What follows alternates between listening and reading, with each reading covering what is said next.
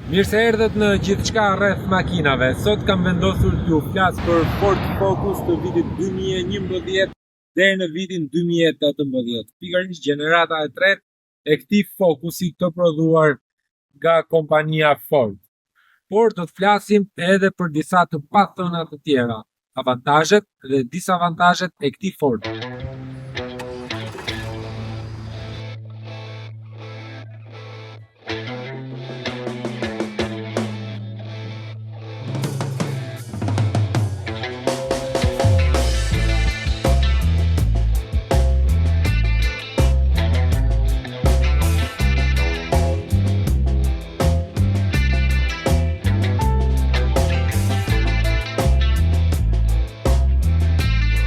Fordi në këtë model makine ka ardhur me një gamë të gjerë motorësh, duke i vendosur një motor të ndryshëm, pra benzina ka përdorur motorin 1600 dhe 2000 benzine.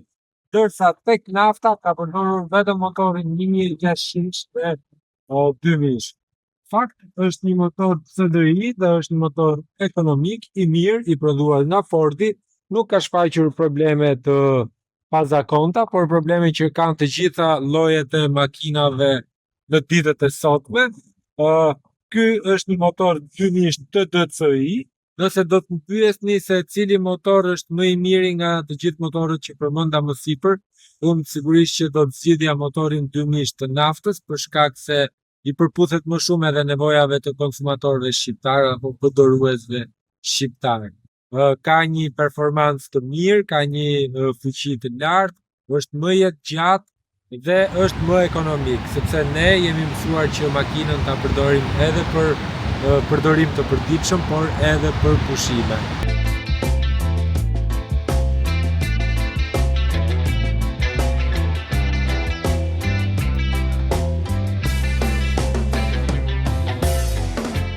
Fordi ka menduar për të gjithë konsumatorët e tij duke e sjellë këtë model makine në 3 variante. Modeli Station Wagon, portobagazh i themi ne shqiptarët, hatchback dhe sedan. Sedan është ai varianti që ka atë bagazhin e nxjerrë, pra, ndërsa hatchback, do t'ju ilustroj edhe me pamje, është ai varianti që ka brenda të fshehur bagazhin e makinës. Ky model ka një bagazh goxha të bollshëm, është i përshtatshëm për familjarë edhe për udhëtime të gjata dhe të shkurtra mund të them, sepse ka një motor 2000 që është goxha ekonomik.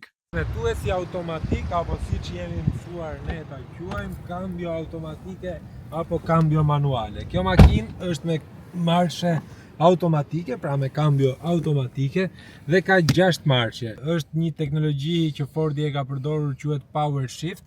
Është një cambio me 2 freksione që ul konsumin e karburantit dhe bën ndrim më të shpejtë të marsheve, por në fakt përdoruesit e Fordit kanë shprehur pak kënaqësi në lidhje me përdorimin e kësaj makine dhe kësaj cambioje që ka vënë Fordi te kjo gjenerat e makinës. Brëndësia dhe komforti i kësaj makine mund të them që është në nivele të pëlqyeshme dhe të kënaqshme. Për shoferin ka një panel lehtësisht të kontrollueshëm, i ka të gjitha funksionet. Në fakt ka një teknologji të avancuar edhe paneli ose kroskoti i Fordit, për shkak se ka një ekran me prekje, me touch screen. Në përgjithësi, ky model i Fordit ka marrë vlerësime pozitive sepse ofron komoditet dhe siguri të lartë, është i pajisur me 6 airbag, ka hapësirë të bollshme për sa i përket shoferit dhe pjesës së pasagjerëve dhe në fakt është ideal për përdorim familjar sepse është një makinë shumë ekonomike, siç edhe ju thash. A jeni kurioz të dini se cilat janë problemet më të zakonta që ka ky Ford Focus i gjeneratës së tretë 2011-2018? Dëgjoj pak.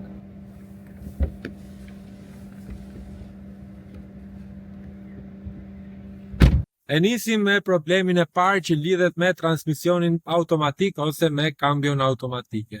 Në këtë model, kur kambio fillon dhe t'japi ato problemet e para, duhet bëni kujdes dhe duhet jeni të vëmendshëm sa herë që makina bën ndrimin e marsheve. Nëse ajo jep dridhje gjatë ecjes apo i ndron në mënyrë të vënuar, do të thotë që atëherë keni probleme me kambion. Problematika e dytë që lidhet me Ford Focus të gjeneratës së tretë ka të bëjë me valvulën EGR.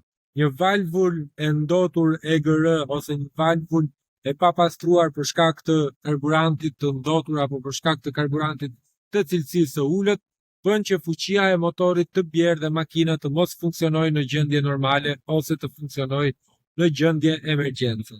Problematika e tretë lidhet me turbon.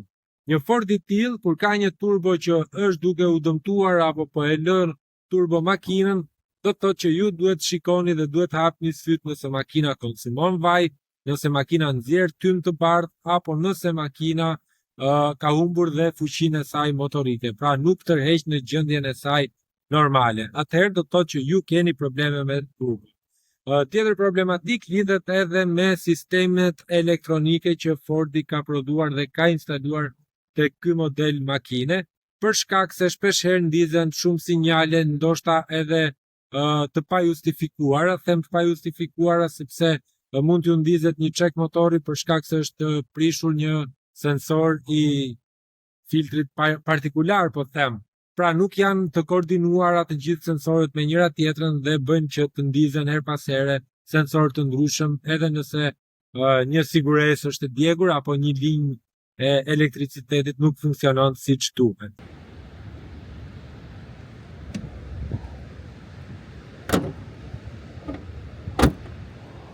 Nëse vendosni të bleni një Ford të tillë, një Ford Focus të vitit 2011 deri në 2018, do t'ju kisha sugjeruar që shitësit t'i kërkoni librin e shërbimeve, për shkak se libri i shërbimeve është shumë i rëndësishëm. Është certifikata e lindjes së një makine, që do të thotë ju garanton për kilometrat, ju garanton për gjendjen e makinës, ju garanton për motorin e makinës, ju jep garanci edhe për kambion e makinës, por në fakt shpeshherë edhe në këto raste ka patur abuzime. Së fundmi me zhvillimet teknologjike, përparimi i teknologjisë ka sjellë që përmes inteligjencës artificiale ti të kesh mundësi që të verifikosh gjendjen e makinës tënde. Nëse ka patur aksidente, apo nëse është përfshirë në ndonjë aksident, apo nëse i është bërë ndonjë ndryshim në strukturë, apo në kilometra, apo në gjithçka tjetër. 24 ABA është platforma më e re që ka ardhur edhe në Shqipëri dhe është një platformë që përmes inteligjencës artificiale bën një inspektim të makinës tuaj vetëm në pak minuta. Si do thoni ju, është shumë e thjeshtë. Ju duhet vetëm një celular dhe të shkoni në faqen e 24 ABA dhe të regjistroheni aty, më pas përmes një skanimi, siç do ta bëj unë tani. Është shumë e thjeshtë, shikojeni pak. Më kërkon që të rrotulloj celularin dhe shikojeni pak. Fotografi nga krahu i shoferit. Ne provojmë. Tjetër nga pjesa pallore.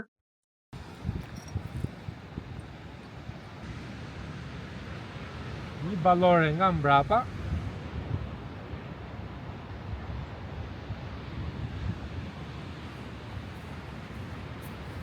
Diagonal nga krahu i shoferit. Nga krahu i shoferit. Duket sikur po bëjmë një lojë. Sa po keni përfunduar procedurën e fotografimit të makinës, ju kërkohet një adresë emaili tek platforma, vendosni adresën tuaj të emailit, shtypni butonin send dhe më pas ju vjen në emailin tuaj historiku dhe raporti i inspektimit. Ja ku është Car Inspection Report for, edhe është 952 RH targa e makinës. Nëse një makinë ka patur një aksident të rëndë dhe është riparuar, a do ta kishit bler gjithsesi nëse do ishit informuar ose do ta kishit ditur që në fillim? Kjo është edhe arsyeja pse kjo platformë është thelbësore. Nëse nuk e kontrollon historinë e makinës, mund të përfundosh duke bler një makinë me probleme serioze. Disa makina në fakt duken si të reja nga jashtë, por historia e tyre tregon një realitet komplet tjetër. Pra, Ford Focus mund të jetë një zgjedhje e mirë dhe ideale, por nga ana tjetër duhet bëni kujdes, nuk duhet të blini kurrë një makinë pa kontrolluar së pari historikun e saj, sepse mund të jeni duke bërë zgjedhjen e gabuar.